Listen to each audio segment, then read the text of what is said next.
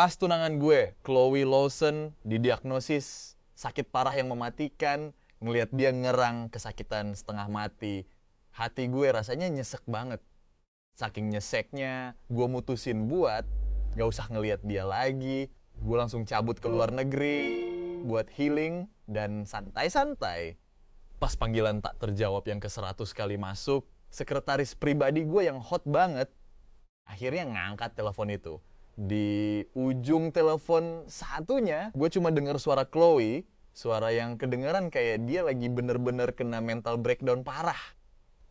Dia maksa pengen tahu gue ada di mana dan siapa yang lagi di sebelah gue. Gue cuma bisa ketawa sarkas dan ngejawab, bukannya gue udah bilang kalau gue ngasih lo kebebasan. Kita berdua kan udah sama-sama senang, kenapa? Udah gak kuat lagi mainin permainannya. Padahal gue sama Chloe awalnya punya skrip pacar masa kecil yang manis, tapi hubungannya hancur di tengah jalan. Pas masih remaja dulu, kita emang sempat saling suka. Tapi bahkan sebelum hari dimana gue mau nembak dia tiba, dia udah ketemu sama pangeran impian takdirnya, Ethan Sterling. Terus gara-gara tekanan berat dari orang tuanya si cowok idaman ini, Ethan Sterling malah mutusin dia tepat sebelum kelulusan. Dia terbang ke luar negeri sendirian. Chloe patah hati parah sampai rasanya pengen mati aja. Tapi berkat bantuan gue, dia akhirnya berhasil bertahan dan nyelesin kuliahnya. Tapi pas dia baru aja mau move on dan ngelepas semuanya. Cinta pertamanya yang dulu ninggalin. Dia bertahun-tahun lalu tiba-tiba balik ke dalam negeri buat ngerintis bisnis. Gak habis pikir sih sama apa yang ada di otak si Chloe. Gak cuma nguras semua isi tabungannya buat modalin Ethan, tapi dia juga nempel terus di sisinya buat jadi sekretaris pribadi, kerja lembur bareng, dia sampai tengah malam tiap hari.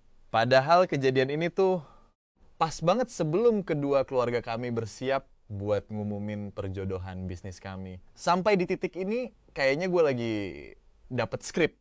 Jadi karakter cowok kedua yang jahat, yang siap neken dan ngejebak si protagonis cowok, terus ujung-ujungnya malah gali kuburan sendiri dan dapet karmanya.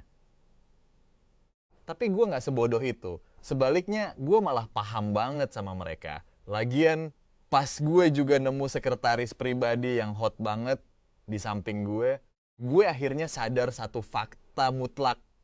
Hidup ini singkat, bro. Lo harus nikmatin hidup selagi bisa. Orang-orang selalu butuh sosok sandaran yang perhatian dan tahu persis cara manjain semua kebutuhan mereka. Apalagi CEO berkuasa kayak gue ngambil alih perusahaan keluarga, jauh lebih cepat dibanding Chloe. Lagian, selama 3 tahun masa SMA, Chloe udah ngabisin 2 tahun sibuk main pacar-pacaran. Kalau gue sih nggak pernah sekalipun berhenti buat terus belajar. Pas kelas 10 aja, gue udah menguasai semua materi buat ujian masuk perguruan tinggi. 2 tahun kemudian, pas Chloe sibuk main kejar-kejaran dan pegangan tangan sama Ethan, gue di bawah bimbingan bokap udah mulai nyemplung ke kelas keuangan internasional. Pas liburan musim panas, pas Chloe diajak ngebut-ngebutan sama Ethan buat balapan liar tengah malam di pinggir sungai, gue terbang ke luar negeri bareng bokap buat dateng langsung ke berbagai seminar keuangan tingkat tinggi. Setelah ujian masuk perguruan tinggi selesai, gue masuk ke universitas impian dan jurusan yang gue pengen dengan gampang banget tanpa keringat. Gue resmi mulai nerima arahan keluarga gue, belajar cara jalanin dan kelola perusahaan. Di sisi lain, Chloe malah depresi berat gara-gara putusnya dia sampai ujiannya hancur lebur. Keluarga Lawson harus ngeluarin duit gede banget cuma buat masukin dia ke universitas swasta yang reputasinya lumayan di kalangan orang kaya. Tapi apesnya, kampus itu ada di kota yang sama persis kayak kampus gue. Bahkan satu distrik pula, nyonya. Lawson nitipin dia ke gue supaya dijaga. Gue sesenyum dan setuju. Sambil ngeliat Chloe dengan mata penuh kasih sayang dan kelembutan, gue bilang, Chloe cuma lagi jatuh sementara aja gara-gara masalah ini dan agak kurang berani. Sebenarnya cewek luar biasa kayak dia pantes dapetin semua hal terbaik di dunia ini. Makanya gak peduli berapa banyak rintangan di depan, gue bakal tetap ada di sampingnya buat bantu dia jadi versi terbaik dari dirinya. Nyonya Lawson ngeliat gue dengan rasa terima kasih yang luar biasa. Matanya bahkan nyimpen perhitungan yang lebih dalam. Nyonya Lawson ini tipe khas wanita independen modern gue. Udah neliti bener-bener kata-kata kayak gimana yang paling dia suka denger. Kalau Chloe emang bakal tetap sebodoh itu demi cinta, maka cara terbaik buat mastiin dia nggak ditipu cowok-cowok adalah dengan selalu punya budak cinta alias simp gede di sampingnya. Cowok yang bisa ngasilin keuntungan besar sambil setia setengah mati dan buta cinta sama dia. Setelah itu keluarga Lawson dengan lancar nyerahin 3 proyek besar ke keluarga gue. Bokap gue jelas girang banget soal ini. Tepat sebelum gue beres-beres buat berangkat kuliah ke ibu kota, bokap manggil gue ke ruang kerjanya. Dia nanya, gimana menurut kamu tentang anak gadis keluarga Lawson itu? Biasa aja jawab gue. Selain mukanya yang lumayan cantik, bisa dibilang dia itu nggak ada gunanya sama sekali. Denger itu, bokap gue langsung ketawa keras sambil ngangguk puas. Kyle Kingsley, ingat ini baik-baik. Di hadapan keuntungan, perasaan itu nggak berharga sepeser pun. Jangan pernah mau jadi tumbal dan jangan pernah jadi simp. Kamu boleh suka sama seseorang, tapi rasa suka itu nggak boleh ngalahin impian dan ambisimu. Sedangkan buat tipe cewek nggak tahu diri yang cuma tahu cara nuntut dari kamu, jangan pernah coba-coba buat ngerubah atau ngebimbing dia. Manjakan dia kayak bayi gede, biarin dia cuma nikmatin masa sekarang aja. Ikutin aja skrip permainannya. Lagian, kamu kan cowok. Siapa yang bikin aturan kalau kamu cuma boleh punya satu cewek? Gue nunduk dan mikir bentar, terus ngeliat bokap sambil masang senyum penuh arti. Di mata Chloe, gue mungkin kelihatan bucin setengah mati sama dia. Selama tahun pertama kuliah, buat ngehibur Chloe yang tiap hari nangis bombay gara-gara kehilangan Ethan, gue pergi ke asramanya pagi-pagi buta setiap hari buat nganter sarapan. Isinya selalu sup hangat dan kue-kue yang pas banget sama seleranya. Awalnya dia agak nolak dan bilang ke gue, Kyle, setelah ketemu Ethan, gue sadar kalau gue cuma nganggep lo sebagai kakak sendiri. Gue gak bakalan pernah bisa cinta sama lo. Jadi stop deh ngelakuin hal-hal gak penting kayak gini. Gue cuma senyum tanpa ngomong apa-apa. Nyodorin sarapan itu ke tangannya, terus balik badan pergi. Terus udah jadi kebiasaan, gue masang status di media sosial yang disetting khusus cuma biar bisa dilihat sama Nyonya Lawson. Selesai. Olahraga pagi lengkap sama foto yang samar-samar nunjukin sudut gerbang kampus Chloe. Nggak nunggu lama setelah itu, Nyonya Lawson langsung nge-like status gue. Kedua keluarga kami waktu itu lagi ngebahas kerja sama bisnis dan progresnya berjalan luar biasa, lancar. Gue nyimpen HP. Gue narik resleting jaket olahraga dan lanjut jogging di jalan setapak yang ketutup daun-daun berguguran. Lagian gue gak bohong juga sih, gue emang beneran lagi olahraga pagi. Sebagai seorang yang mumpuni, sebagai calon pewaris korporat, stamina fisik, gue harus selalu prima dong. Tiap pagi gue lari sejauh 4 km. Sekalian aja melipir lewat sekolahnya Chloe buat beliin dia sarapan di Gerobak Kaki 5. Gak butuh usaha keras amat sih buat ngelakuin itu. Abis itu gue mulai ikutan berbagai kompetisi bisnis mahasiswa biar skill gue makin terasa. Nah, buat kompetisi yang punya nilai jual tinggi, sekalian aja gue seret Chloe masuk ke tim gue. Sebenarnya cuma numpang nama doang di kelompok. Tapi itu udah bikin Chloe terharu setengah mati. Sampai akhirnya pas dia lagi mabuk, dia nyender di dada gua sambil natap gua penuh kemesraan dan bilang, Kyle, aku udah sadar dari dulu. Kamu selalu berdiri di sudut tergelap, diam-diam berkorban buat aku, tanpa pernah minta imbalan apapun. Jadi, aku juga mau ngebales perasaan kamu. Gua cuma miringin kepala, gak ngasih reaksi apa-apa, pura-pura gak denger aja.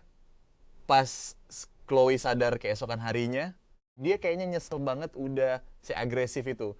Kita berdua sama-sama paham dan gak pernah ngebahas masalah itu lagi. Tapi masalahnya tatapan dia ke gue malah makin penuh rasa bersalah. Tentu aja bukan cuma dia yang ngerasa berutang budi sama gue. Dia pikir gue berkorban dalam diam, padahal gue emang beneran sibuk. Sibuk bagi-bagi keuntungan ke teman-teman sekelas di sekitar gue. Sebagian besar keluarga mereka kan punya relasi bisnis sama keluarga gue. Kebutuhan mereka tuh beda-beda. Ada yang cuma mau nyontek PR gue. Ada yang menumpang nama gue biar ortu mereka tenang pas mereka pergi dugem. Ada juga yang butuh validasi emosional. Gua super sibuk, saking sibuknya gua nggak ada waktu buat gembar-gemborin kebaikan gua ke orang-orang.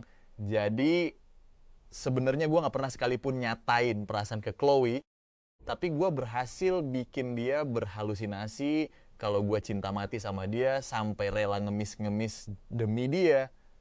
Memang sih dulu gua sempet punya impresi bagus tentang Chloe. Tapi itu sebelum dia pacaran sama Ethan dan berubah jadi cewek nakal yang hancur banget moralnya. Di antara semua orang yang pernah gue kasih bantuan, orang yang paling gue peduliin tuh ya Chloe. Kepedulian gue bahkan sampai ngelewatin batas yang gue buat sendiri. Alasannya simple, waktu itu Chloe bukan cuma punya tampang yang cakep banget, tapi dia juga pinter, cantik, dan berprestasi banget. Dia bisa dengan mudah bikin dirinya bersinar terang dimanapun. Plus, dia emang spesial banget buat gue. Semua orang di sekitar kita ngira kita berdua bakal berakhir jadian. Kadang gue suka ngeliatin muka yang cantik sambil bengong dan mikir kayaknya nggak ada salahnya juga. Tapi sejak si Ethan muncul, Chloe malah ngikutin dia dan mulai belajar bolos sekolah, mabuk-mabukan, bikin tato, sampai balapan liar dan dugem semalaman cuman demi ngejir apa yang dia sebut sebagai kebebasan. Seiring nilai akademisnya yang terjun bebas, video joget, TikToknya, yang pamer lekuk tubuh mulai viral di mana-mana. Akhirnya dia sama Ethan kena tangkap polisi dan dapet catatan kriminal remaja karena nyetir tanpa SIM. Anak perempuan keluarga Lawson bener-bener udah hancur moralnya. Bokap gua berkomentar kayak gitu waktu itu dan gua setuju banget. Makanya gua langsung tarik diri biar gak makin rugi. Gua berhenti naruh perasaan tulus ke dia. Semuanya berjalan mulus banget. Berkat bantuan gua, Chloe pelan-pelan bisa tersenyum lagi. Lagian, dia emang masih punya sisa-sisa kepintaran.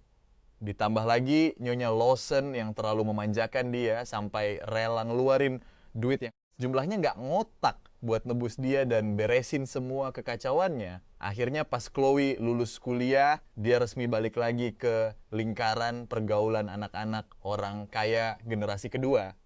Abis itu Chloe mulai magang di perusahaan keluarganya. Sementara gue sendiri balik ke rumah dan mulai bersiap-siap buat ngambil alih bisnis keluarga gue. Begitu perusahaan keluarga Kingsley makin berkembang pesat, Nyonya Lawson tiba-tiba ngajuin perjodohan bisnis. Nyonya Lawson megang tangan Chloe dan ngomong ke gue dengan nada bicara khas orang tua. Jujur aja, ngelihat sifat tante sendiri, tante jelas gak bakal setuju kalau Chloe nikah sama orang yang kastanya lebih rendah. Lagian, satu-satunya orang yang pantas bersanding sama Chloe cuma pangeran mahkota dari keluarga Jong.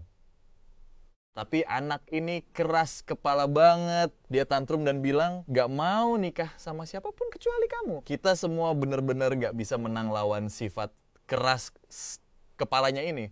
Jadi kamu harus jaga dan sayangi dia baik-baik ya. Kamu harus selalu jadiin dia yang utama. Jangan pernah khianatin ketusuk pertasanya buat kamu.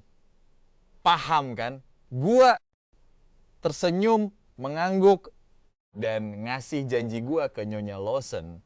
Tapi sebuah plot twist yang luar biasa dramatis terjadi. Tepat sehari setelah hadiah pertunangan diterima, cowok utama di masa muda Chloe, Ethan Sterling, terbang balik dari luar negeri dengan aura cowok yang mau ngerebut kembali semua yang pernah hilang dari dia. Dan Chloe langsung ngeluarin semua tabungannya buat modalin bisnis startup si Ethan.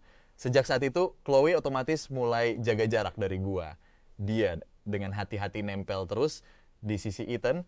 Kayaknya dia yakin banget kalau gue bakal gila karena cinta dan bakal celakain cowok idamannya itu. Makanya dia nyari segala cara buat ngehindarin kesempatan gue sama Ethan buat ketemu. Tapi yang dia nggak tahu adalah pas dia dan Ethan lagi sibuk sama drama nggak jelas mereka, gue udah nemuin sekretaris pribadi baru. Seseorang yang jauh lebih perhatian, lebih lembut, dan punya potensi yang jauh melampaui Chloe. Yang terpenting latar belakangnya nggak ada apa-apanya dibanding Chloe. Dan dia selalu tahu diri, serta berterima kasih banget. Nggak pernah sekalipun lewatin batas-batas gue. Pas Ethan akhirnya dateng nemuin gue baru aja selesai rapat bisnis. Gue lagi santai di ruang istirahat bareng sekretaris kecil gue, Bianca. Bianca ini peka banget, bukan cuma dalam pekerjaan, tapi juga dalam cara dia bersikap. Contohnya kayak sekarang, dia cuma perlu ngelihat ekspresi gua sekilas pas Ethan masuk pintu buat langsung paham kodenya terus melangkah keluar buat bikinin gua secangkir kopi. Celah waktu ini udah cukup buat gua dan Ethan ngobrol santai sedikit. Gua natap Ethan yang duduk di depan gua. Dia pakai setelan jas yang agak berantakan dengan kemeja dalaman yang kancingnya kebuka. Sengaja pamerin dadanya.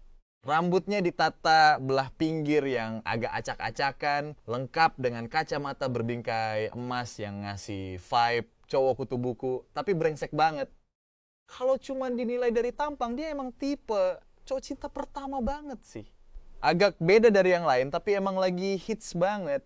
Beberapa tahun lalu, pas masih SMA, Ethan emang udah bergaya kayak gini. Di tengah kerumunan cowok-cowok yang ngejar Chloe, dia pakai persona pemberontak yang beda dari yang lain buat narik perhatian Chloe. Dulu Chloe pernah bilang kalau dia nggak pernah nemu jiwa sebebas si Ethan Sterling ini, makanya dia nggak ragu sedetik pun buat nerima pernyataan cintanya. Bagaikan benda yang jatuh bebas, dia mulai melangkah ke jalan kehancuran moralnya. Pas mikirin hal ini, gue nggak bisa menahan senyum tipis. Sambil ngerileksin badan, gue nyender santai di sofa dan ngasih isyarat biar dia mulai ngomong. Dibandingin sama ketenangan gue, Ethan malah kelihatan banget lagi panik dan defensif. Dia membasahi bibirnya sambil pura-pura biasa aja, berusaha keras kelihatan rileks dengan goyang-goyangin kakinya. Tapi tangan kirinya terus gosok-gosok ujung jarinya dengan gugup. Terus dia ngedongak natap gua, ngasih seringai mengejek, dan bilang, aku denger Tuan Kingsley bakal segera bertunangan sama Chloe. Beberapa hari ini, gara-gara beberapa kesalahpahaman tentang aku dan Chloe, aku ngerasa agak bersalah banget. Makanya pas denger dia mulai bacot pakai provokasi murahan kelas teri kayak gitu, asli gue langsung kecewa berat. Masa gue dianggap kayak bocah, kayak bucin yang cuma dapat barang sisa. Wah, bener-bener ngeremehin gue nih orang. Sambil mijit pangkal hidung. Karena capek, gue langsung potong omongannya. Pak Sterling, gimana menurut lo tentang cewek itu?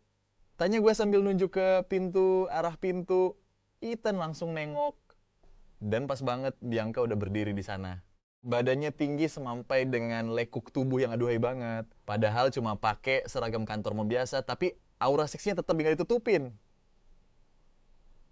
Dia dengan hati-hati bawa nampan isi minuman gue. Dari detik pertama dia balik badan, matanya nggak lepas-lepas dari gue. Begitu tahu gue lagi ngeliatin dia, Bianca yang terhalang kaca tebal langsung kasih senyum manis yang lembut banget. Ekspresi mukanya bener-bener terkontrol, manisnya pas tanpa kelihatan lebay atau dibuat-buat. Jelas ini bukan bakat alami Bianca sejak lahir. Dia rela belajar keras demi tahu apa yang gue suka, latihan terus-menerus biar bisa tampil sempurna di depan gue kayak sekarang. Gue tahu semua itu, tapi gue nggak peduli sifat asli dia kayak gimana. Selama aktingnya bikin gue nyaman, dia boleh tetap di sisi gue. Nah, disinilah bedanya gue sama Chloe. Si Chloe itu tulus banget, numpahin semua. Perasaannya buat mencintai cowok khayalan di otaknya, sampai-sampai topeng murahan cowok itu aja dia nggak bisa lihat ujung-ujungnya. Dia cuma dimanfaatin dan dimainin kayak boneka sama cowok miskin. Kayaknya udah bisa nebak apa yang mau gue omongin selanjutnya. Muka Ethan langsung sepet banget. Tapi ya dia nggak punya hak buat ngamuk di depan gue. Alhasil, mukanya langsung pucat, senyumnya dipaksain, dan terpaksa ngikutin alur obrolan gue. Nona ini cantik banget ya, dan kelihatannya setia banget sama Pak Kingsley. Bener-bener orang kepercayaan yang langka. Langka dari mana? Gue langsung senyum sinis dan potong omongannya lagi. Di situ muka Ethan langsung panik dan mulai retak. Dia udah gak bisa sok tenang lagi, tapi bodo amat. Gue cuman senyum tipis dan bilang ke dia, asalkan gue suka tipe cewek kayak begini, gue bisa dapet sebanyak yang gue mau. Bahkan mau gonta-ganti tiap hari pun bebas. Ethan langsung nangkep sindiran halus gue. Pas dia mulai kelihatan malu dan gelisah. Gue lanjut ngomong. Orang itu harus selalu sadar diri sama posisinya. Cewek simpanan kayak dia gak usah sok-sokan bicara soal kemandirian. Dia hidup pakai uang gue. Jadi wajar dong kalau dia harus nurut sama gue. Makanya gue sama Chloe itu beda jauh. Mungkin trik gombalan murahan bisa dengan mudah naklukin hati Chloe. Sampai dia rela nyerahin segalanya buat cowok lain. Tapi itu gak membuktikan apa-apa selain fakta kalau dia itu bego banget. Kalau gue sih ogah. Gue gak bakal buang-buang duit cuma buat pelihara ratu manja di rumah. Dan gue gak bakal pernah ngegantungin harga diri gue ke cewek. Setiap kata yang keluar dari mulut gue bikin muka Ethan makin sepet dan pucat. Pasti sih. Tangannya ngepal kencang sampai gemeteran nahan emosi. Gue langsung bilang, jadi Pak Sterling, usaha keras lo selama ini tuh bener-bener salah alamat. Abis ngomong gitu, gue langsung nyandar santai di sofa sambil ngangkat tangan dikit. Detik itu juga, anak buah gue di luar langsung paham kodenya dan masuk ke ruangan. Mereka langsung nodong Ethan, maksa dia buat ngeluarin alat perekam suara sama kamera mikro yang dia umpetin di kantongnya. Kocak banget. Mana mungkin gue mau ngotorin tangan gue buat ngurusin cecunguk. Kayak dia cuma demi cewek. Di tengah semua keributan itu, Bianca tetap berdiri anggun di samping gue. Sambil nunduk dikit buat nyerahin kopi hangat ke gue. Dari awal sampai akhir pandangan dia cuma tertuju ke gue. Seolah orang-orang lain di ruangan itu gak kasat mata bagi dia. Karena ngerasa puas, gue langsung nyubit pipinya pelan. Ngelihat pemandangan itu, Ethan udah gak tahan lagi. Dia langsung berdiri dan pergi keluar sambil banting pintu. Bos Kyle, kayaknya dia masih nyimpen alat perekam lain deh, bisik asisten gue dengan sopan. Gue cuma jawab santai, gak masalah. Dia juga pasti udah sadar diri sekarang. Lanjut gue sambil ngambil laporan keuangan di meja buat dibaca. Yep, dari awal banget gue udah tahu kalau Ethan ini tipe cowok ambisius. Dia tahu apa yang dia mau dan paham bener langkah mana yang paling menguntungkan. Kalau nggak, mana mungkin pas hari kelulusan beberapa tahun lalu, waktu ibunya Chloe nemuin dia langsung pergi gitu aja tanpa ragu. Dia nerima duit yang banyak banget buat kuliah ke luar negeri, nikmatin pendidikan elit yang aslinya nggak bakal sanggup dia bayar sendiri. Dia sengaja nunggu waktu dan kenangan itu memudar biar bisa jadi sosok cinta pertama yang nggak terlupakan di hati Chloe. Ethan itu pinter dan realistis. Tes kecil hari ini bikin dia sadar kalau dia bukan tandingan gue. Bahkan buat jadi lawan gue aja dia nggak level. Kita berdua emang beda kelas. Apa yang gue kejar beda jauh sama mimpi murahan dia dan Chloe. Gue nggak bakal repot-repot nyari ribut sama dia. Dan dia juga nggak sebego itu buat cari masalah sama musuh sekuat gue. Lagian fokus gue cuma nyari cuan. Selama mereka nggak ganggu bisnis gue, bodo amat deh. Dan bener aja, setelah kejadian itu, Ethan nggak pernah lagi berani nemuin gue. Dia malah pakai kedok cinta buat nekang Chloe. Ngelarang dia ketemuan sama gue. Hal ini bikin acara pertunangan kami yang terus-terusan ditunda kelihatan makin lawak. Pas acara kumpul keluarga besar kemarin, Nyonya Lawson ngasih ancaman keras ke Chloe. Maksa dia buat datang ke makan malam itu. Chloe sih iya-iya aja awalnya. Tapi pas acara udah setengah jalan, kepala pelayan keluarga Lawson dapat kabar kalau Chloe kecelakaan mobil. Chloe ngaku kalau dia luka parah dan harus langsung dilarikan ke rumah sakit. Tapi anehnya, abis ngomong gitu, dia langsung matiin telepon tanpa nunggu penjelasan dari ibunya. Dia kayaknya pede banget kalau gue nggak bakal bisa marah sama dia. Makanya dia berani bohong pakai alasan sekonyol itu. Padahal ini kan makan malam resmi antar keluarga besar. Kelakuannya itu bener-bener kayak nampar muka. Para orang tua dari kedua belah pihak, di depan orang tua Chloe, muka bokap gue emang kelihatan kesel banget. Tapi aslinya, di dalam hati, dia malah seneng luar biasa. Dia justru berharap kelakuan Chloe makin gak waras lagi biar gampang dibatalin. Tuan Lawson coba ngangkat gelasnya buat ngajak bokap gue bersulang. Tapi langsung dicuekin mentah-mentah sama bokap gue yang langsung balik badan dan pergi gitu aja. Secara bokap gue itu bos besar di dunia bisnis Highton. Dipermalukan sama anak kemarin sore kayak gitu. Bahkan kalau dia nyuruh orang buat ngancurin restoran itu pun masih wajar banget. Tuan Lawson lalu nengok ke gue, niatnya mau basa-basi, tapi langsung dipelototin sama istrinya. Alhasil dia cuma bisa senyum canggung ke gue, duduk lagi, terus minum anggurnya sendirian buat ngilangin stres. Akhirnya gue tetap duduk di sana nemenin mereka makan sampai selesai. Tapi sepanjang makan malam, gue nggak ngomong sepatah kata pun. Di mata Nyonya Lawson, ini bukti nyata kalau pengorbananku dan toleransiku yang tanpa batas buat Chloe emang nggak main-main. Pas mau pergi, Nyonya Lawson narik aku ke samping, terus ngasih sebuah map. Isinya sertifikat tanah di bagian selatan kota, yang baru aja dimenangin keluarga Lawson lewat tender belum lama ini. Aku sempat nolak halus beberapa kali pas dia nyerahin itu, tapi akhirnya terpaksa aku terima juga. Dia bilang, Kyle, kamu anak yang baik. Selama bertahun-tahun ini, ketulusan perasaanmu ke Chloe udah kelihatan sama semua orang. Dia emang masih muda dan labil, tapi aku tahu hatimu tulus. Cuma kamu yang bikin aku tenang buat nitipin dia. Tenang aja, bakal ada hari di mana dia bakal lulus sama ketulusanmu. Dia juga nambahin, ke depannya apapun yang dibutuhin, keluarga Kingsley bilang aja ke aku bakal bantu sebisa mungkin. Pas denger Nyonya Lawson ngomong gitu, aku akhirnya bisa senyum lebar, beneran senyum tulus dari lubuk hati yang paling dalam. Pas nyampe rumah, bokap lagi santai rebahan di sofa sambil main game. Aku ngelempar jaket asal-asalan ke lantai, terus duduk di depannya dengan gaya santai tapi sinis. Udah beres? Tanya bokap. Beres, jawabku.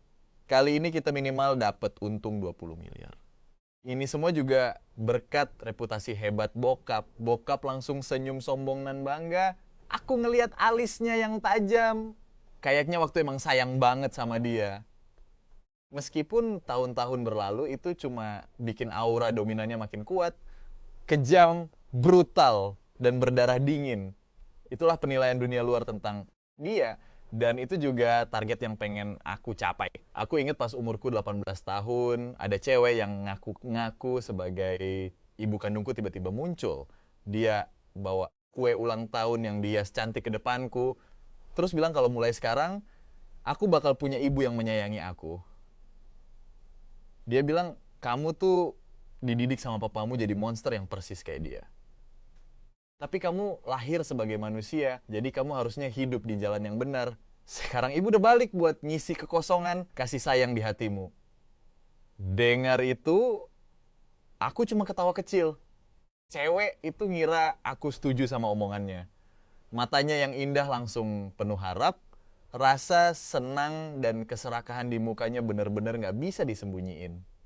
Dia udah ngitung semuanya dengan matang, nunggu momen pas aku genap 18 tahun dan resmi dapat hak waris sebelum dia muncul. Selama dia dapat pengakuanku, dia bakal punya modal buat ngelawan bokap. Tapi di detik berikutnya, aku langsung nyuruh orang buat ngusir dia dengan sopan. Aku pakai sedikit trik buat mastiin kalau sisa hidup cewek itu gak bakal pernah punya kesempatan lagi buat muncul di depan aku dan bokap buat bikin masalah. Awalnya aku berniat nyuruh orang buat nyelidiki latar belakang ibu kandungku ini. Tapi setelah dengar omongannya, aku rasa itu gak perlu lagi. Aku udah terlalu sering ketemu orang modelan begini pas tumbuh dewasa. Hidup mereka bener-bener gak ada gunanya sama sekali. Asal kalian tahu, bokap pernah belak-belakan bilang ke aku kalau aku ini hasil dari dia yang dijebak sama orang. Kejadian itu emang jadi noda hitam di sepanjang hidupnya. Tapi keberadaanku bukan aib buat dia. Dia bilang, kamu anakku dan juga individu yang mandiri. Kayak gimana pun ibumu, itu bukan alasan buat orang lain bisa ngehina kamu. Aku ngehargai semua keputusanmu. Tapi aku tetap berharap kita punya ambisi yang sama biar kamu bisa berdiri di sampingku. Dengan begitu, ikatan di antara kita bakal jauh lebih kuat. Aku adalah anak laki-laki yang paling bikin bokap bangga. Sekaligus rekan seperjuangannya. Makanya aku gak bakal pernah repot-repot buat nyenengin cewek, apalagi sampai ngebiarin emosi cewek nyetir hidupku. Asalkan kamu sendiri udah cukup kuat. Orang-orang bakal rebutan sampai mati cuma buat dapetin cintamu. Kamu bebas milih tipe mana aja yang kamu mau berkat uang ganti rugi yang dikasih Nyonya Lawson. Aku berhasil ngamanin 2 proyek besar lagi di Highton. Sebagai hadiahnya, bokap mendaftarin perusahaan baru atas namaku buat kado ulang tahunku yang ke-26 nanti. Jujur aja caraku emang gak sepenuhnya bersih sih, tapi mungkin gara-gara Nyonya Lawson makin neken dia, kelakuan Chloe. Malah jadi makin sombong dan pemberontak. Di banyak kesempatan, dia berani ribut secara terbuka sama ibunya sendiri. Sebelum ujian masuk perguruan tinggi tahun itu, kepergian Ethan selalu jadi ganjalan di hati Chloe yang gak pernah bisa dia laluin. Masa muda yang gak berakhir indah itu jadi penyesalan abadi di jiwanya. Itu kata-kata yang diucapin Chloe sendiri ke aku. Pas dia ngomong gitu, air mata langsung ngalir deras di pipinya. Padahal dalam hatiku, masa muda yang isinya pacaran di bawah umur, tatoan, balapan liar, mabuk-mabukan, sama dugem harusnya diakhiri dengan tobat dan benerin hidup. Tapi di luar aku tetap nunjukin muka penuh simpati ke dia. Chloe ngelihat pantulan dirinya di cermin dengan sedih, bener-bener lagi ngeratapi nasibnya sendiri. Udahlah, lagian kamu gak bakal pernah paham perasaanku. Orang yang selalu patuh aturan kayak kamu gak bakal bisa ngerti hal-hal kayak gini. Emang bener aku nggak paham. Tapi ada satu hal yang aku tahu pasti. Kalau berat badan Chloe 100 pon, 99 pon diantaranya pasti isi tulang. Pemberontak murni. Dulu, Nyonya Lawson maksa misahin dia sama Ethan. Itu malah bikin nama Ethan terukir makin dalam di hatinya.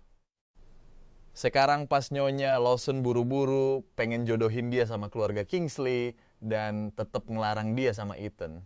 Hal itu malah bikin Chloe, cewek bucin yang cuma mikirin cinta, makin tersudut. Entah sengaja atau gak, belakangan ini di internet foto-foto Chloe dan Ethan jalan bareng berduaan udah kesebar di mana-mana. Di foto-foto itu mereka kelihatan mesra banget. Bener-bener udah ngelewatin batas teman biasa. Padahal awalnya acara pertunangan kami yang terus-terusan ditunda udah bikin netizen banyak yang curiga. Sekarang kelakuan Chloe malah makin ngebuktiin dugaan kalau perjodohan antara keluarga kami udah hancur total. Bokapku yang ngambil kesempatan emas ini langsung meras uang dalam jumlah gede lagi dari Nyonya Lawson. Orang tua Chloe juga kayaknya udah capek setengah mati buat terus-terusan beresin kekacauan yang dibikin anak mereka. Mereka langsung ngasih ultimatum keras ke Chloe. Kalau dia tetap nekat milih Ethan, mereka bakal mutus hubungan keluarga sama dia. Kalau cara ini dipakai dulu, mungkin bakal kerasa kayak ancaman besar. Tapi Chloe yang sekarang udah yakin banget kalau Ethan bisa jadi pelindung utamanya, dia ngerasa sekarang punya kekuatan buat ngelawan keluarganya sendiri. Dia terang-terangan ngepost di sosmed kalau di kehidupan kali ini, dia nggak bakal mau lagi jadi boneka yang dikendalin orang lain. Dia pengen kabur dari keluarganya yang toksik. Sekarang dia bakal mantap milih Ethan dan siap hidup susah bareng cowok itu. Omongannya emang kelihatan keren banget. Tapi aslinya pas dia pergi keluar akhir-akhir ini, dia masih aja nikmatin fasilitas mewah dari statusnya sebagai pewaris keluarga Lawson. Padahal sekarang udah tahun 2026. Netizen udah nggak segampang itu lagi buat bersimpati sama drama-drama sok tragis dari kehidupan anak orang kaya. Kolom komentar Chloe langsung banjir hujatan kayak gini. Ada yang komen, nggak mungkin banget deh kalau gue nggak salah baca. Nih, cewek bilang mau mutus hubungan sama orang tuanya yang udah ngebesarin dia selama lebih dari 20 tahun, cuma demi kabur bareng cowok, berandal berambut pirang. Netizen lain juga nulis, nyonya Lawson itu ikon wanita modern, masa kini banget. Tapi kok bisa, ya dia punya anak cewek yang bucin akut nggak ketolong gini. Kalau gue jadi emaknya, tensi darah gue pasti udah langsung melonjak ke ubun-ubun. Netizen lain ikutan ngejek, asli nggak kak brutal. Denger-denger nih anak orang kaya baru aja nerima seseran lamaran kemarin lusa. Besoknya malah asyik selingkuh dan miara cowok ampas kayak gini. Mending gue pelihara babi panggang deh daripada besarin anak kayak dia. Netizen lain juga komen, ini tragis tapi kocak sih. Penderitaan paling gede buat seorang pewaris kaya raya cuma diputusin pacar sebelum ujian. Sumpah ya, gue bakal musuhin kalian orang-orang kaya sampai mati. Kalau hidup lu gak bahagia, mending diam aja deh. Berisik banget, ngeganggu jiwa miskin gue yang udah sekarat ini aja. Terus ada juga yang ngetak dia, Tante Lawson, mau adopsi aku nggak?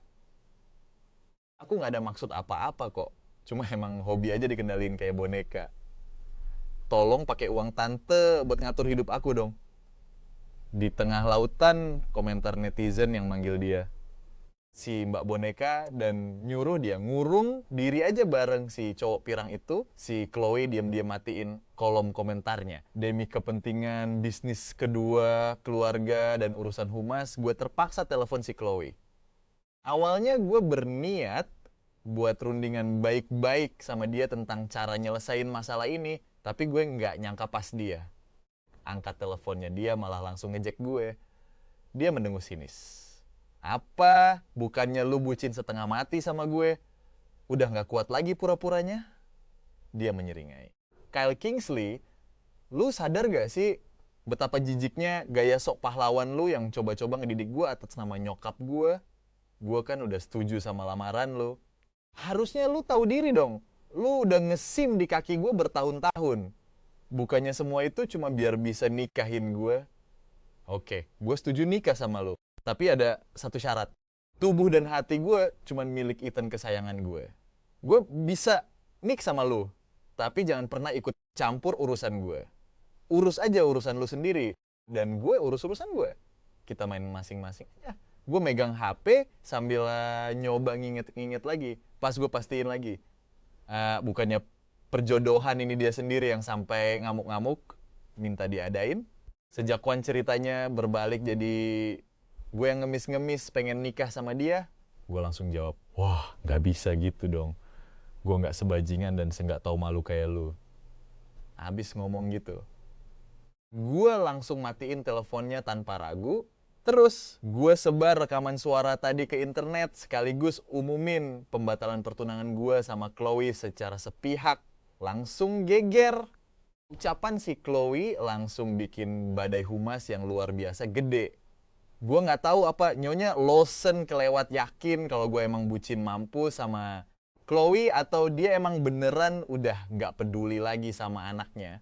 Tapi yang jelas dia sama sekali nggak ngirim orang buat beresin kekacauan atau ngebersihin kolom komentar si Chloe. Si Chloe sama si Ethan dihujat habis-habisan sama netizen sampai kena mental. Pas dia telepon gue lagi buat maksa hapus rekaman itu, dia udah mulai bisa kontrol nada bicara dan emosinya. Kocak banget. Dia pikir gue bakal nurutin kemauan dia. Gue langsung blokir nomor HP si Chloe. Dan sekalian aja gue sempat post penipuan kedok, dia itu di paling atas profil media sosial gue.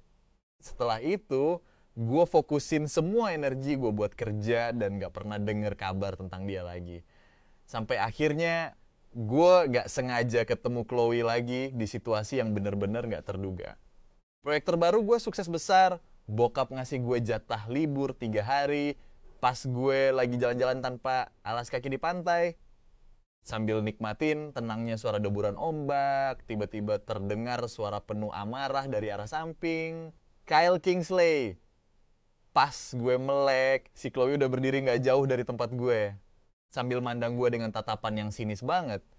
Dia ngegigit bibirnya dan bilang, "Lu seneng ya? Kayak gini. Kenapa sih lu gentayangan terus kayak hantu? Kemanapun kita pergi, lu pasti selalu ngintilin. Lu itu anjing peliharaan nyokap gue yang dikirim buat mata-matain gue ya." Dia ngomong gitu sambil emosional, ngambil langkah agresif, ngedeket ke arah gue. Pas banget si Chloe lagi nunjuk-nunjuk.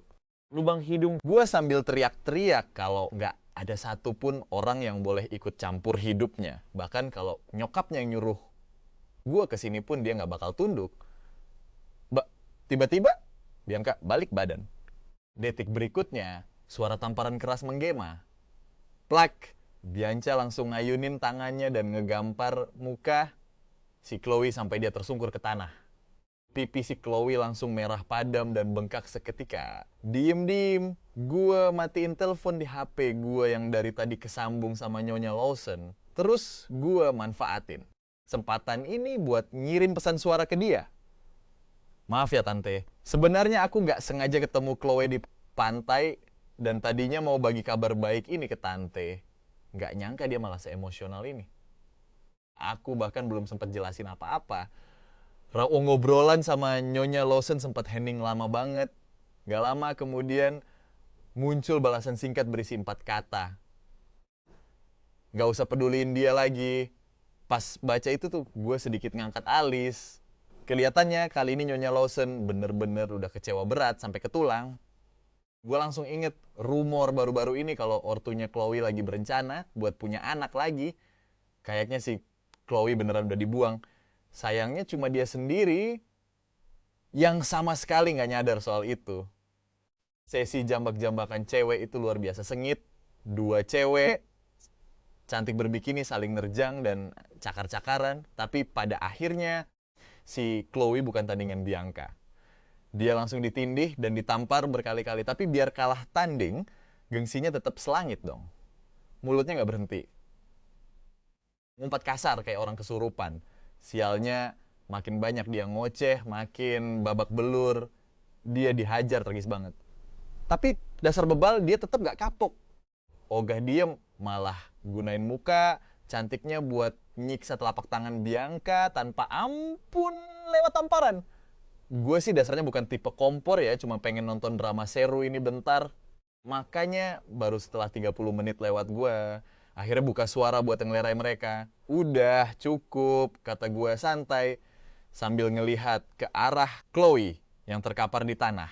Mukanya yang dulu mulus dan cantik sekarang udah bengkak mirip kepala babi. Cuma matanya yang masih menyala-nyala penuh amarah yang meluap-luap. Chloe natap gue tajam tanpa berkedip, seolah-olah mau ngebakar gue jadi abu lewat tatapannya. Gue pun bilang, "Chloe, gue kesini murni cuman mau santai. Ketemu lu itu cuma apes aja." Lu tiba-tiba kesurupan dan ngerusak suasana hati gue. Gue juga ngerasa sial banget. Mending mulai sekarang kita gak usah ketemu lagi selamanya. Nada bicara gue datar banget. Tapi si Chloe kelihatan langsung tertohok sama sikap dingin gue. Dia matung, kayak nggak bisa nerima perubahan drastis dari sikap gue ke dia. Pas gue nuntun Bianca buat balik badan dan pergi dari situ, si Chloe tiba-tiba merangkak bangun dari tanah di belakang kita. Kyle Kingsley, dia teriak manggil di samping gue. Dia nanya kasar, "Siapa cewek itu?" Gue baru aja mau jawab waktu Bianca di samping gue tiba-tiba langsung kejatuhin badannya ke pelukan gue sambil manggil, "Sayang." Dia meluknya kenceng banget. Di detik itu juga muka gue langsung berubah suram, tapi Si Bianca kayak nggak peka, dia tetap nempel erat manja-manja ke gue, terus balik badan dan teriak ke arah Chloe yang ada di kejauhan. Lu nggak perlu tahu siapa gue, yang perlu lu tahu gue sama Kyle itu saling cinta sejati. Orang yang bener-bener pengen dia nikahin itu gue. Cukup itu aja yang lu tahu. Pas ngomong kalimat itu, dia sebenarnya kelihatan gugup banget juga. Tangan yang meluk, lengan gue gemeteran dikit. Dia bener-bener lagi ngambil langkah yang nekat-nekat banget. Saking ngerasa bersalahnya, dia bahkan gak berani natap mata gue. Pelakor gak tahu diri. Gak punya malu ya lu? Gua ini tunangannya. Chloe teriak histeris kayak orang gila. Hampir aja dia nerkam kita. Tapi sedetik kemudian, tiba-tiba si Ethan muncul dan langsung nahan dia. Sempat dorong-dorongan bentar, akhirnya emosi Ethan langsung meledak. Dia dorong Chloe kasar banget sampai jatuh ke tanah, terus langsung balik badan dan pergi gitu aja. Chloe akhirnya sadar dan kelihatan nyesel banget. Dia buru-buru bangun buat ngejar Ethan. Gua langsung dorong Bianca dengan dingin dan tanpa ampun langsung gua tampar mukanya. Rombongan cowok berjas hitam yang udah gua panggil sebelumnya. Udah, siaga berdiri gak jauh dari sana. Gua balik badan dan pergi. Bianca buru-buru mau ngejar, tapi kali ini dia langsung dihadang sama barikade bodyguard. Di belakang kedengeran dia nangis sambil teriak-teriak nanya, "Kenapa? Lu kan dulu juga suka sama gua." "Iya kan, tapi gua nggak peduli sama sekali." Dikawal sama para bodyguard, gua pun balik ke Highton. Nggak pakai lama, gua langsung nyuruh HRD buat pecat Bianca secepat kilat, lengkap sama uang pesangon yang lumayan gede. Tapi si Bianca malah nggak terima. Ujung-ujungnya dia masih sempat nyari celah buat bikin keributan tepat di depan gua. Aku nggak paham.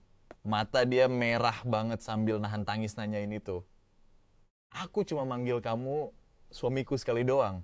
Emangnya salah ya? Mungkin di mata dia itu cuma aksi manja yang imut. Tapi kita berdua sebenarnya sama-sama tahu apa arti dari kata-kata itu di situasi kayak gitu. Dan kalau gue biarin trik manipulatif kecil kayak gitu buat ngetes batas kesabaran gue, apa jadinya nanti?" Ambisi si Bianca ini udah terlalu gue manja, sikap lancangnya bener-bener udah kelewatan. Dan hal yang paling gue benci di dunia ini adalah pas ada orang yang berani nguji batas kesabaran gue. Apalagi semua yang udah gue kasih ke dia itu sebenarnya udah lebih dari cukup. Pas dia kerja dengan becus dan bikin gue puas, uang, mobil, rumah, semuanya langsung gue penuhin tanpa kurang satu pun. Tapi dasar serakah, dikasih hati malah minta jantung. Dia lupa sama janji awalnya buat gak bakal pernah ngelunjak atau ngelangkahin batasannya. Tampang serakah dan gak pernah puasnya itu bener-bener kelihatan menjijikan. Gak peduli apakah Bianca beneran pengen cinta yang tulus atau cuma mengincar status resmi yang bisa gua kasih. Gua nggak bakal pernah sudi miara orang kayak gini di samping gua. Gua bisa kasih mereka keuntungan melimpah, tapi gua haramkan keras mereka buat ngelunjak, apalagi sampai berani ngatur atau meras gua. Pas Chloe datang nemuin gua lagi, cewek di samping gua udah ganti orang. Pengganti Bianca masih cewek dengan body yang seksi abis. Mukanya juga masih polos dan lugu, tapi jauh lebih penurut dibanding Bianca. Jelas banget, selera gua sekarang emang lagi kayak gitu. Chloe kelihatan lega banget kayak abis lepas dari beban berat. Dia langsung senyum ke gua. Aku udah duga. "Kamu sengaja kan nyari orang lain cuma buat bikin aku kesel. Karena kamu udah pecat dia, aku maafin deh. Tapi jangan diulangin lagi ya," abis ngomong gitu. Tatapannya langsung tertuju ke sekretaris baru gue. Alisnya langsung mengkerut, kenceng lagi. "Pecat yang ini juga. Aku gak suka sama dia." Gue ngeliatin mukanya yang bengkaknya belum sepenuhnya kempes. Gue ngasih kode mata ke sekretaris baru gue. Dia langsung PK, maju ke depan dan minta Chloe buat pergi. Muka Chloe langsung kecut. Dia natap gue dan nanya, "Kyle, apa-apaan ini?" Gue mijit pelipis gue. Perasaan kemarin gue udah ngomong sejelas-jelasnya deh. Sambil ngomong gitu, gue buka kunci HP gue. Terus gue tunjukin postingan pidato mengejar kebebasan. yang pernah diposting Chloe di medsos sebelumnya. Gue bilang, sekarang semua orang udah tahu kalau rencana perjodohan keluarga kita udah batal. Jadi kalau Nona Lawson ketahuan paparazzi bolak-balik keluar, masuk kantor gue itu bakal ngerusak reputasi kita berdua. Gue ngerasa kata-kata gue barusan udah cukup objektif dan rasional. Bahkan ada niat baik buat dia. Tapi pas denger itu, si Chloe malah ngamuk gak karuan. Marahnya bener-bener bikin dia hilang akal sehat. Dia langsung nyapu semua barang di atas meja kopi sampai jatuh berantakan ke lantai. Dia teriak, "Kyle Kingsley, gue pikir lu bisa ngertiin gue. Gue selalu mikir lu beda dari cowok-cowok lain. Gue cuma bisa geleng-geleng lah ngeliat aktingnya yang sok paling tersakiti dan dikhianatin seolah-olah gue yang udah selingkuh dari dia. Tadinya gue mau langsung ngusir dia. Tapi berhubung kita punya sejarah masa kecil sebagai sahabat, gue masih coba sabar dan ngasih dia satu saran terakhir. Lu mending mulai nganggep gue sama kayak orang lain aja deh. Sambil nangis sesenggukan, dia ngejawab kenapa bertahun-tahun ini hidup Ethan di luar negeri itu gak mudah tahu. Aku cuma mau bantu dia. Kenapa kalian semua harus maksa aku kayak gini? Dia ini bener-bener kayak orang yang gak paham bahasa manusia. Keras kepala banget, cuma mau dengerin egonya sendiri. Tanpa ragu-ragu lagi, gue langsung telepon satpam gedung. Pas Chloe diseret paksa keluar dari sana, gue tetap pasang muka tenang sambil ngulangin ucapan gue sekali lagi ke dia. Nona Lawson, serencana perjodohan keluarga kita udah mati. Sekarang, lu dan gue cuma orang asing. Kita nggak punya hubungan apa-apa lagi. Gue harap lu nggak usah pernah nunjukin batang hidung lu lagi di perusahaan Kingsley. Lu nggak diterima di sini. Baru di momen inilah si Chloe kayaknya sadar kalau gue bener-bener serius, pengen mutus hubungan total sama dia. Matanya langsung kelihatan linglung dan panik. Dia refleks gumam manggil nama gue, Kyle. Tapi dia nggak keburu nyelesain omongannya karena gue keburu nyuruh satpam buat langsung ngebuang dia keluar. Akhirnya dunia kembali tenang dan damai. Gue ngelihat jam tangan gue, mantap banget. Gue baru aja ngebiarin si Chloe ngebuang 40 menit waktu gue yang berharga. Malam ini gue terpaksa harus lembur kerja buat gantiin waktu yang kebuang tadi. Chloe sama Ethan akhirnya putus lagi, perusahaan Ethan yang bangkrut. Nah, ditambah lagi ada bocoran info kalau Nyonya Lawson lagi hamil anak kedua. Sebenarnya ini masalah klasik yang sama aja ujung-ujungnya. Pas sadar kalau Chloe udah bener-bener jadi bidak catur yang gak berguna lagi, si Ethan langsung cepet-cepet nilep semua aset perusahaan. Terus kabur, begitu aja. Kali ini mental si Chloe bener-bener kena parah. Dia jadi paranoia dan delusional banget. Pas dia lagi sibuk ngeratapi, nasibnya seperti playing victim, orang-orang lain justru lagi pada sibuk-sibuknya. Keluarga Lawson sibuk menyambut kelahiran anak baru mereka, sedangkan gua sama bokap gua lagi sibuk ngembangin pasar produk kita.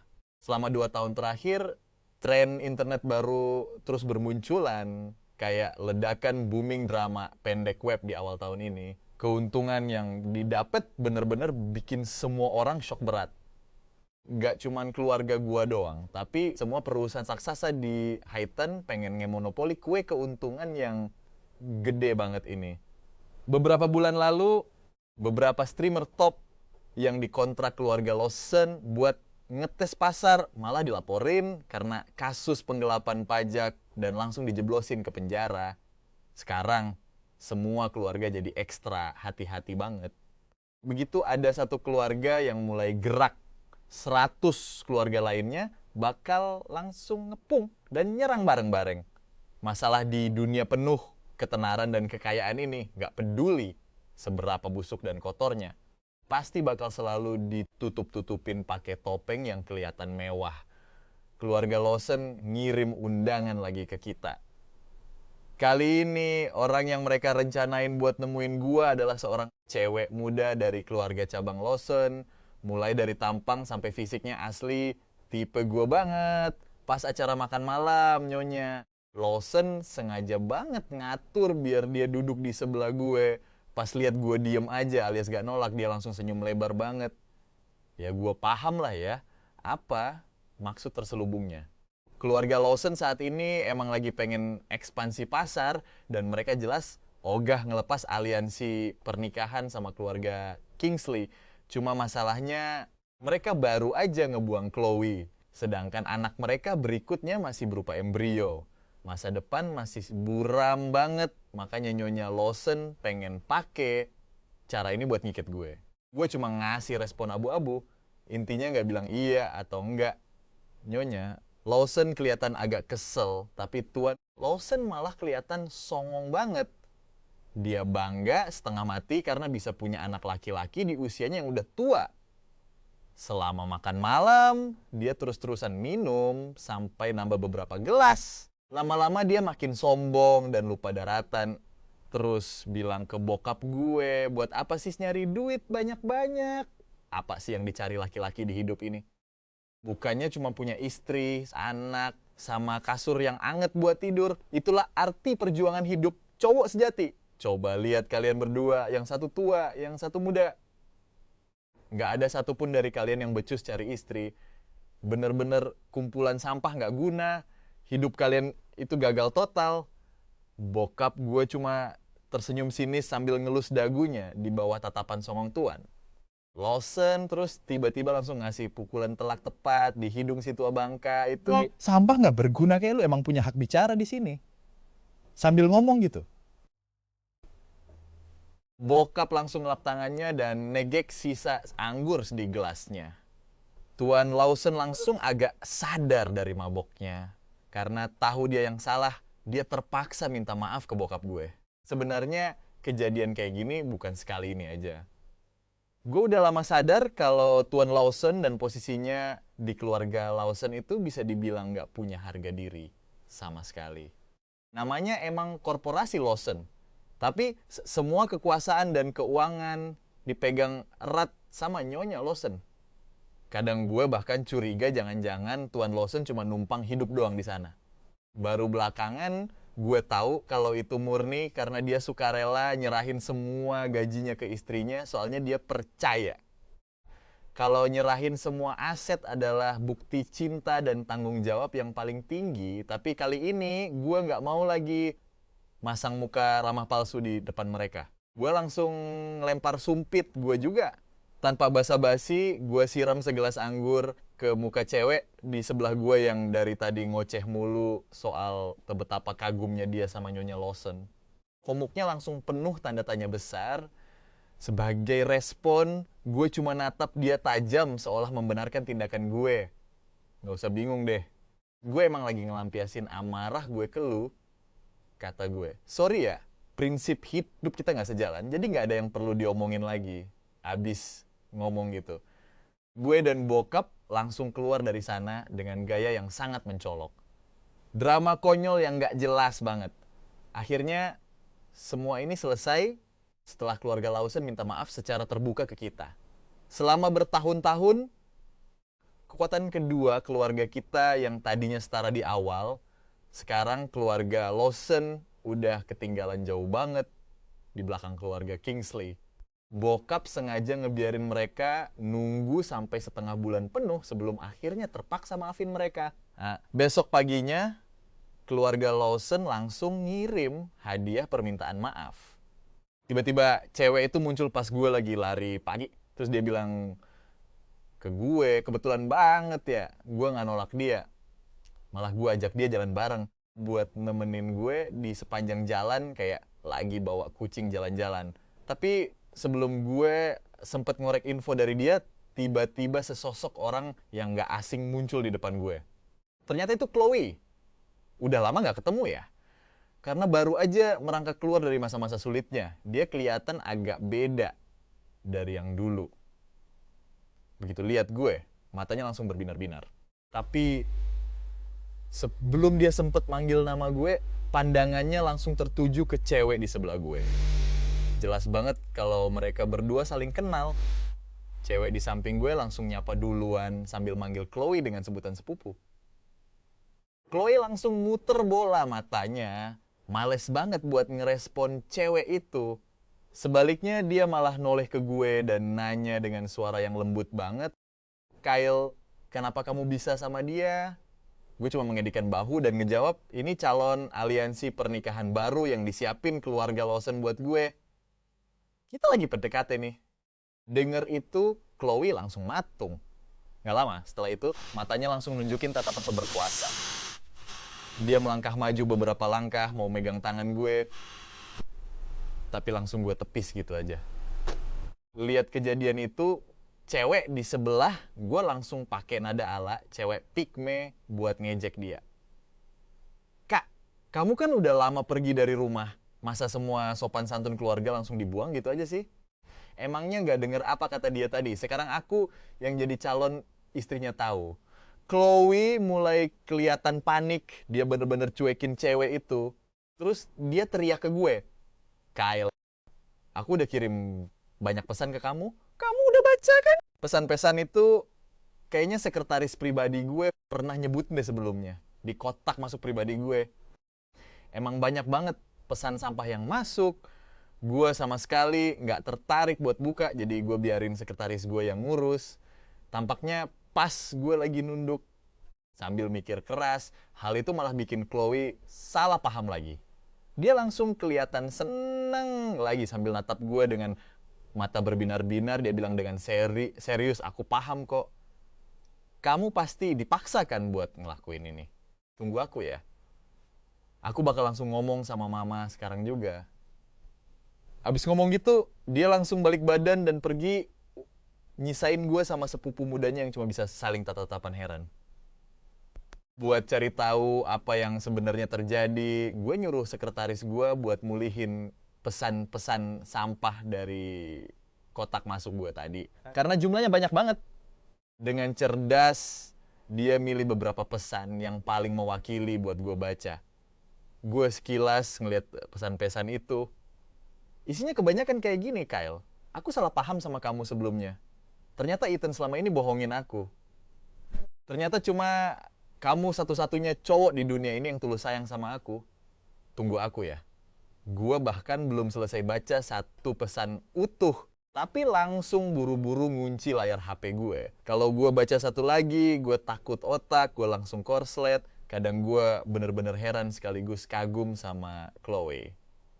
Beberapa tahun terakhir ini, karena hantaman keras dari industri-industri baru, keluarga-keluarga kaya lama alias old money di Highton semuanya lagi sibuk ngelakuin restrukturisasi perusahaan. Antar keluarga bahkan saling sikut sampai mati-matian. Anak-anak generasi kedua yang tumbuh bareng kayak kita juga udah sejak awal terjun ke perang tanpa darah ini satu persatu. Nah, di tengah situasi pelik kayak gini, otak kecilnya Chloe malah cuma diisi sama plot-plot roman picisan dari novel murah. Kadang gue ngerasa dia ini kayak karma instan buat orang tuanya. Selama bertahun-tahun, cara-cara yang dipakai Tuan dan Nyonya Lawson itu nggak pernah bersih. Dulu demi bersaing di dunia bisnis, mereka udah ngelakuin segala trik kotor yang bisa dipikirin. Tapi lucunya, mereka malah ngelahirin anak cewek yang polos dan nggak tahu apa-apa kayak gini. Gue pikir omongan Chloe waktu itu cuma bualan belaka, tapi nggak lama kemudian gue denger kabar kalau Chloe udah balik lagi ke keluarga Lawson. Anak cewek yang udah dicap sebagai pion buangan kayak dia, biar balik lagi pun mana mungkin bisa dapat simpati mereka lagi. Baik gue maupun bokap sama sekali nggak nganggep serius soal Chloe. Kita cuma fokus buat mempercepat proyek-proyek yang sebelumnya udah diserahin sama Nyonya Lawson ke kita. Padahal sebenarnya dia udah masang lumayan banyak jebakan Batman di sana. Si rubah tua ini emang gak bakal rela ngelepasin mangsa empuk kayak keluarga Kingsley. Biarpun awalnya perjodohan mereka kelihatan berhasil, si rubah betina itu pasti bakal nyari celah buat hancurin mereka semua, bikin keluarga Kingsley rata dengan tanah. Pengkhianatan Nyonya Lawson itu sebenarnya kelihatan jelas banget. Bertahun-tahun lalu, Chloe juga didekatkan ke gue berkat hasutan halus dari ibunya pas kita masih sekolah. Tapi siapa sangka anak perempuannya ini malah kecantol sama cowok berambut pirang di tengah jalan, bikin Chloe berakhir jadi bintang internet yang viral dan cuman main di drama pendek murahan. Tapi gesekan antara keluarga Lawson dan Kingsley nggak pernah ada habisnya. Semua serangan yang dikirim keluarga Lawson ke kita, langsung kita terima bulat-bulat. Cuma, ya, jebakan yang dikira si rubah tua itu udah sempurna, malah bakal bikin kakinya sendiri, keserimpet. Padahal tadinya kita pikir drama ini bakal berlangsung lama, tapi nggak ada yang nyangka kalau Chloe bakal ngasih kita kejutan yang luar biasa gede. Dia beneran ngehajar bapaknya sendiri sampai babak belur masuk rumah sakit. Alasannya kocak banget, gara-gara Tuan Lawson tahu kalau Nyonya Lawson selingkuh. Terus dia marah-marah dong. Si Chloe malah nggak terima. Tanpa mikir panjang, dia ambil vas bunga, terus langsung dihantamin ke kepala bapaknya. Parahnya, Nyonya Lawson bukannya ngerasa bersalah, malah lega banget. Dia mikir kalau Chloe akhirnya udah dewasa dan mulai sadar, makanya dia langsung pergi ke rumah sakit buat gugurin kandungan di rahimnya. Jujur aja, di titik ini, gue sama bokap gue pun mikir kalau dia ini rada psikopat. Tapi ya, kalau diinget-inget kelakuan si rubah tua ini pas masih muda, hal kayak gini udah nggak aneh lagi. Dari gadis desa biasa sampai bisa jadi nyonya sosialita kelas atas, dia cuman modal, tebel muka, dan nggak punya moral sama sekali. Bayangin aja, dia udah nikah 4 kali dan jadi kaya raya cuma dari hasil cerai. Dia bahkan sukses ngejeblosin 2 mantan suaminya ke penjara demi ngerebut sebagian besar aset mereka. Pas Nyonya Lawson bawa Chloe ke rumah gue lagi sesuai rencana licik mereka. Di momen ini kudunya gue langsung lari keluar rumah sambil kegirangan, terus meluk Chloe erat-erat. Sayangnya, gue sama bokap udah terbang duluan ke Paris buat liburan santuy.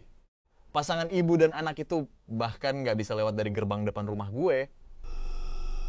Chloe beneran shock berat dan nggak percaya kalau gue bakal cuekin dia kayak gini. Dia tetap kekeh berdiri di luar villa gue dan nggak mau pergi. Pas dateng gayanya selangit, tapi sekarang mukanya langsung melas tanpa arah. Kepala pelayan gue udah coba bujuk dia buat pergi tapi gagal. Jadi dia nerbangin drone di atas taman buat ngelakuin siaran langsung biar kita bisa nonton drama gratis ini. Akhirnya Nyonya Lawson yang udah ngamuk tingkat dewa langsung nyeret. Dia pergi dengan paksa. Habis itu HP gue langsung dibombardir sama telepon masuk. Gue kasih aja HP-nya ke sekretaris gue biar dia yang blokir semua nomor misterius itu. Selesai makan malam, bokap gue ngulet santai. Gue nanya ke dia, udah waktunya buat narik jaringnya nih. Dia ngeliatin gue sambil senyum sinis. Sebuah tontonan kalau kelamaan ditonton juga bakal ngebosenin. Gue nunduk sambil naruh pisau dan garpu. Lalu bilang dengan suara berat, kalau gitu biar gue aja yang nagih utang ini buat papa. Nggak lama setelah itu, berita negatif tentang kepala keluarga Kingsley langsung membanjiri seluruh internet. Cuma dalam semalam, situasinya jadi makin parah gara-gara ada yang nuduh bokap gue nyewa pembunuh, bayaran buat sembunyiin mayat, dan gue dituduh jadi antek yang bantu ngilangin barang bukti. Berita itu juga ngungkit kembali kasus 26 tahun yang lalu di mana bokap gue dituduh ngelakuin pelecehan seksual sampai korbannya hamil. Terus demi ngerebut harta warisan keluarga, dia malah balik nuduh kalau perempuan itu sengaja ngejebak dia. Biarpun akhirnya bokap gue tetap harus mendekam di penjara selama bertahun-tahun, kebenaran dari kasus ini selalu jadi perdebatan panas. Sedangkan nasib perempuan itu sendiri terus-terusan dihujat masyarakat, hidup terlunta-lunta kayak tikus got. Si pembocor anonim ini pun mulai ngelempar pertanyaan provokatif. Kalau emang perempuan itu beneran ngejebak dia, harusnya kan bokap gue benci setengah mati sama dia. Terus kenapa belakangan dia malah rela keluarin duit seambrek? Cuma buat rebutan hak asuh anak itu, di titik ini kebenaran seolah-olah udah terbongkar semua. Ditambah lagi si anonim itu juga ngebeberin fakta kalau 8 tahun yang lalu pas gue umur 18 tahun, perempuan itu rela pergi jauh-jauh ke Haitan cuma buat ngucapin selamat ulang tahun ke anak kandung yang nggak pernah dia temuin sebelumnya. Tapi sejak hari itu dia nggak pernah kelihatan lagi. Dia bener-bener hilang di telan bumi. Gara-gara tuduhan provokatif yang bertubi-tubi ini. Jelas aja, publik langsung mikir kalau bokap gue adalah pembunuh berdarah dingin yang ngilangin mayatnya. Gue dengerin laporan sekretaris gue dengan santai, terus noleh ke orang yang lagi duduk di depan gue. Sambil ngangkat sebelah alis, gue nanya, si pembocor nuduh gue jadi kaki tangan pembunuhan. Menurut lo emang beneran kayak gitu? Nggak mungkin lah. Duduk di seberang gue, Chloe langsung ngegeleng kepala. Dia natap gue dengan tatapan yang teduh banget sambil bilang, mereka nggak tahu siapa kamu yang sebenarnya, Kyle. Kamu itu orang paling baik dan tulus di dunia ini. Kalau dibandingin sama yang dulu, tatapan mata Chloe sekarang kelihatan jauh lebih jernih. Gue cuma bisa diam 1000 bahasa sebelum akhirnya ketawa ngakak. Gue bilang, Chloe, kayaknya justru lo yang sama sekali gak kenal siapa gue. Dia langsung gigit bibir, terus buang muka sambil ngutarain maksud kedatangannya. Kyle, keluarga Kingsley kayaknya udah di ujung tanduk. Polisi juga lagi siap-siap buat selidiki kamu. Paling nggak dengan kontrak aja ini kita bisa selamatin sebagian aset kamu. Pas ngomong gitu, matanya kelihatan penuh harap banget. Tapi gue cuma jawab santai, kita lihat aja dulu sebentar lagi. Siapa tahu situasinya bakal berbalik arah. Chloe tadinya mau ngomong sesuatu, tapi dia urungkan niatnya. Sekarang dia paham betul gimana cara main ibunya. Nyonya Lawson beneran niat banget mau ngasih gue pelajaran keras. Jadi biarpun pernikahan ini cuma pura-pura, dia pasti bakal bikin hal itu jadi kenyataan. Sementara itu di internet, desakan netizen yang minta polisi usut tuntas kasus ini makin rame dan membara. Gue paham banget sih kenapa netizen bisa seheboh itu. Drama rebutan harta keluarga kaya emang asyik buat jadi tontonan. Tapi kalau udah nyangkut nyawa orang, ya jelas nggak bisa disepelein lagi. Makanya harus diusut sampai tuntas. Makanya pas hari di mana mobil polisi pada parkir di depan rumah keluarga Kingsley, seluruh jagat maya langsung heboh, bukan main. Banyak orang kumpul di depan gerbang rumah gue sambil nyalain siaran langsung di HP mereka, nungguin hasil penyelidikannya. Tapi plot twistnya, polisi malah nggak nemuin bukti apa-apa di rumah keluarga Kingsley. 3 hari kemudian, Tuan dan Nyonya Lawson malah diciduk polisi atas dugaan percobaan pembunuhan.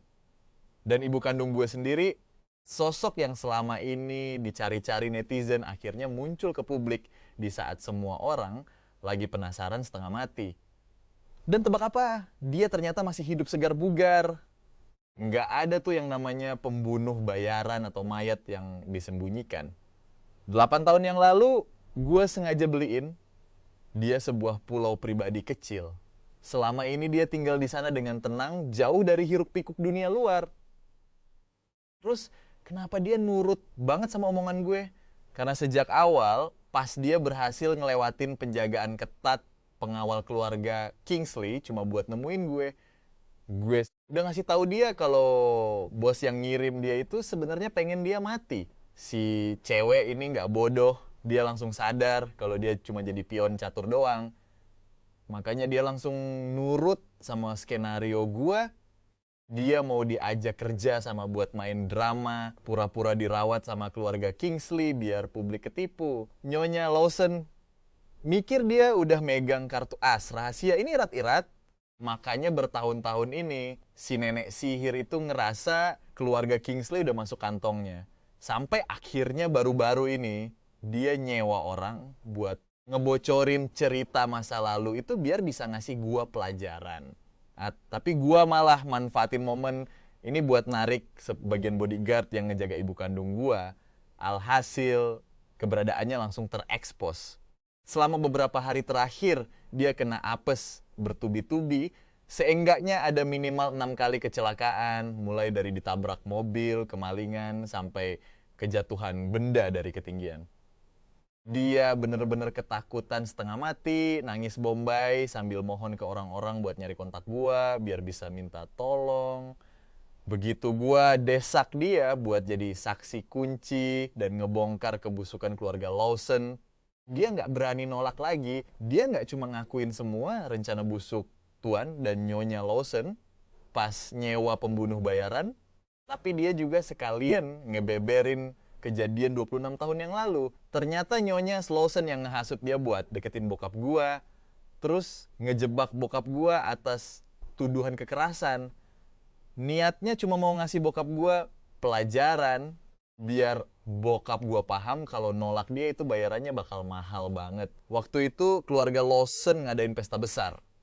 Di situlah pertama kalinya bokap gua ketemu sama Nyonya Lawson. Waktu itu reputasi Nyonya Lawson di kalangan atas emang udah jelek banget. Banyak orang bilang kalau dari jauh dia kelihatan anggun kayak anggur merah, berkelas. Tapi pas dideketin, ternyata dia cuma comberan beracun mewah di luar, tapi busuk di dalam. Di pesta malam itu Nyonya Lawson naksir sama bokap gua, terus diam-diam godain bokap gua secara belak-belakan. Tapi bokap gua nggak mempan. Dia malah ngancem bakal ngadu ke suaminya, Tuan Lawson. Gara-gara itu, si nenek lampir langsung dendam ke Sumat. Sekarang giliran orang tua Chloe yang dijeblosin ke penjara. Chloe bahkan rela hujan-hujanan di luar rumah gua semalaman, mohon-mohon biar gua kasihan sama orang tuanya. Kan udah gua bilang, roda kehidupan itu selalu berputar. Gua ngeliat ke bawah dari lantai 2 sambil ketawa sinis pas ngomong ke dia. Tapi, jangan seneng dulu. Rubah tua itu nggak bakal tumbang semudah itu. Bokap tiba-tiba berdiri di belakang gua sambil nepuk pundak gua. Gua cuma senyum dan ngangguk. Akhirnya gua ngasih Chloe jalan keluar. Nyonya Lawson emang udah hancur, tapi dinasti Lawson belum sepenuhnya runtuh. Ini cuma masalah ganti bos baru aja. Segalanya belum bener-bener tamat kok. Sambil nahan tangis, dia nanya ke gua, apa kamu harus sekejam ini? Gua langsung teringat momen setengah bulan yang lalu pas dia dateng nyari gua. Waktu itu gua nanya ke dia, kalau kebenaran yang asli nggak kayak yang diomongin publik, apa yang bakal kamu lakuin? Bantu gua atau bantu orang tua kamu? Jawaban Chloe waktu itu malah, Kyle, kenapa kamu mikirnya kejauhan sih? Kita bisa nikah dulu buat mindahin sebagian aset. Nanti aku bakal selalu ada di sisi kamu buat ngadepin masa-masa sulit bareng. Dia ngomong gitu, pakai nada yang lembut banget. Tapi tetep nggak bisa nyembunyiin sifat aslinya yang cuman mau manfaatin gua. Karena dia kayak gitu, ya udah. Gue balikin aja cara mainnya. Pas hari keluarga Lawson dilaporkan atas kasus penggelapan pajak besar-besaran, gue malah ngajak sekretaris pribadi gue terbang ke Islandia buat liburan mewah. Udah jatuh tertimpa tangga, Chloe tiba-tiba didiagnosis kena kanker lambung stadium akhir. Gaya hidupnya yang kacau dan kebiasaannya foya-foya di masa muda dulu akhirnya bikin fisiknya ambruk juga setelah bertahun-tahun. Chloe udah nggak punya kekuatan lagi buat bertahan. Nggak lama setelah itu, Tuan dan Nyonya Lawson resmi disonis bersalah atas kejahatan ekonomi, percobaan pembunuhan, dan memimpin sindikat ala mafia. Pas mereka bebas dari penjara nanti, mungkin kuburan Chloe udah penuh sama rumput liar. Pas pesawat gua mendarat, sekretaris gua ngasih tahu kalau Chloe nelpon gua terus-terusan tanpa henti. Setelah mikir sebentar, gua angkat juga. Di seberang telepon, suara Chloe terdengar sesenggukan nahan tangis. Aku mau mati sebentar lagi. Apa kamu bener-bener gak nyesel? Kyle, mulai sekarang, kamu udah kehilangan cewek yang selalu tulus dan cinta mati sama kamu. Gua ulang kalimatnya, tulus dan cinta mati. Gua langsung ketawa ngakak denger itu. Gua tanya balik, tulus versi kamu itu, yang baru hari pertama tunangan. Besoknya kamu langsung selingkuh. Atau pas gua lagi jatuh, kamu buru-buru dateng cuma buat nusuk gua dari belakang lagi. Chloe, oh Chloe, sebagai musuh aja kamu nggak level sama gua. Dan sebagai manusia, sifat kamu itu cuma bikin orang lain jijik. Chloe di seberang telepon langsung terdiam 1000 bahasa sebelum akhirnya bisa bersuara lagi. Kyle, kamu bener-bener gak paham. Aku tulus cinta sama kamu. Aku cuman... Gua langsung motong omongannya. Cuma khilaf sebentar terus ditipu sama cowok brengsek. Gua nyengir sinis. Gak apa-apa, Chloe. Gua paham kok. Sambil ngomong gitu, gua ngangkat tangan gua ke arah sekretaris di samping gua. Dia langsung peka. Nyandarin kepalanya ke telapak tangan gua sambil manggil dengan manja, Tuan Muda Kingsley. Kyle, siapa cewek itu? Suara Chloe langsung meledak histeris di telepon. Gua nggak peduli. Gua cuma ngelempar satu kalimat santai. Kamu tahu nggak? Alasan Ethan pulang ke negara ini tuh karena gua yang nyuruh orang buat ngebocorin situasi kamu ke dia.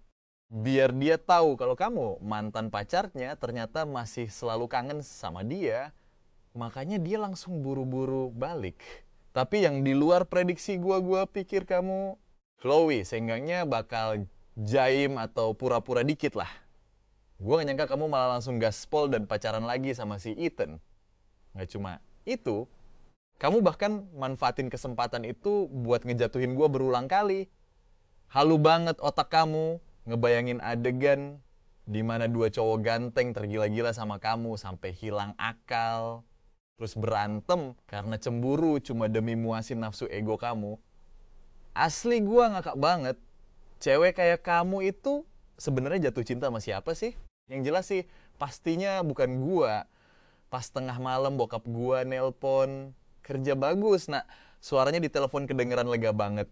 Gua denger dia bilang, lebih dari 20 tahun ini bokap ngebiarin kamu terjebak dalam dendam bokap. Maafin bokap ya. Mulai sekarang bokap harap kamu bisa bebas nentuin jalan hidup kamu sendiri. Kepakan sayapmu dan terbanglah yang tinggi. Gua senyum terus ngejawab, itu emang yang mau aku lakuin kok. Aku bilang, pah bisa punya ikatan darah yang sama-sama papa, dibesarin sama papa, dan bisa balas dendam buat papa. Itu adalah hal yang paling tulus aku lakuin dengan sukarela. Gua ngucapin kalimat itu di dalam hati. Gua balik badan buat ngeliat kegelapan malam yang sunyi. Memori masa lalu tiba-tiba muncul lagi di kepala. Pas hari gua genap berusia 18 tahun. Cewek yang mukanya penuh kepalsuan itu muncul di depan gua. Tapi gua nggak langsung nyari tahu latar belakang hidupnya. Sebaliknya, gua langsung nyuruh orang buat nyelidikin siapa dalang yang ngirim dia ke gua dari petunjuk yang ditinggalin. Gua akhirnya tahu sejarah gelap di dunia bisnis Hiton. 30 tahun yang lalu, ada sosok bintang baru yang lagi naik daun banget. Dia berasal dari keluarga konglomerat, punya tata krama yang tinggi, dan ambisinya bener-bener di luar nalar orang biasa. Paruh pertama hidupnya bener-bener mulus, tanpa hambatan. Dia punya teman-teman yang loyal, karir yang sukses gila, dan bahkan dapat pacar yang dia temuin secara nggak sengaja. Tapi siapa sangka cewek yang kelihatannya lembut dan pengertian banget itu ternyata cuma kacung yang dibeli sama musuh-musuhnya. Dan setelah malam yang panas, dia malah pakai bekas memar di tubuhnya buat ngejebak dia. Setelah ditangkap dan dipenjara atas tuduhan penganiayaan, dia benar-benar hancur. Padahal waktu itu karirnya lagi di masa-masa paling krusial. Perusahaan yang dia bangun setengah mati udah hampir melantai di bursa. Tapi sayangnya bukti jebakan itu sekuat gunung. Gimana coba cara dia bersihin namanya? Teman-teman lamanya langsung putus hubungan satu persatu.